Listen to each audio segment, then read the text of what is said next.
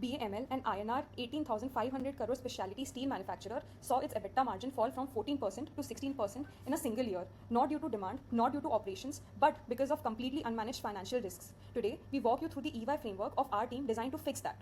BAML procures 1.2 million tons of iron ore and 1,600,000 tons of cooking oil annually, entirely at spot prices. There is no hedge policy, no formal FX management, and a USD 150 million floating rate loan, sitting completely unhedged. The consequences are measurable. Inventory days bloated from 48 to 71. Customers' penalties were incurred due to the supply chain disruption, and with raw material comprising 55% of production cost, every price moved flows directly into margin. Our solution has 4 parts. Part A applies the EY 4-step commodity risk management process to BAML. We identified and classified every exposure, iron ore, cooking oil, alloy metals, frets, then qualified them. A 1% move in iron ore price alone represents an INR 12 crore PNL impact. We then designed a layered hedging structure, 80% exchange furthers from 0 to 3 months horizon, 60% OTC fixed floating swap from 3 to 12 months, and put operations activated when prices move more than 10% above budget.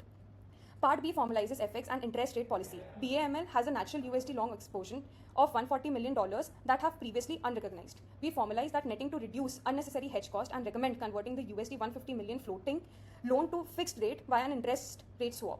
The highest single ROI action is this engagement. Part 3 is scenario analysis. We modeled 3 independent shocks.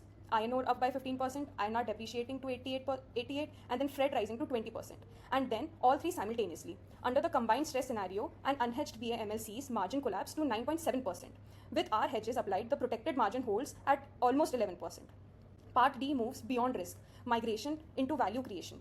Index-linked suppliers contracts, a safety stock model, then brings inventory from 71 down to 40 days. Under real-time commodity dashboard with automated hedge triggers integrated via Bloomberg and Platts APIs. The financial impact is concrete. EY framework protected EBITDA at approximately 11%, even under the worst-case combined stress scenario. The inventory optimization alone released INR 350 to 500 crore in working capital, effectively self-funding the hedging program without additional capital outlay.